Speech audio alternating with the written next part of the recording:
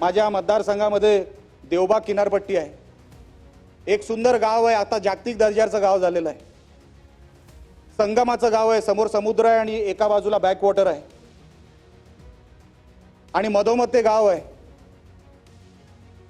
या गावामध्ये जाताना जो रस्ता आहे अतिशय सुंदर गाव आहे, पण टुरिझम एवढे लाखो तिकडे ऑक्युपन्सी, त्या एका गावाची ऑक्युपन्सी 80% आहे। या 80%च्या ऑक्युपन्सीच्या गावामध्ये म्हणजे टुरिस्टांची ऑक्युपन्सी मी सांगतोय, हे सगळं जे काय तिकडे ते जे येतात, आज आम्हाला तिकडे बंधारा जर बांधायचा असेल तर आम्हाला CRZ कडे जावं लागतं।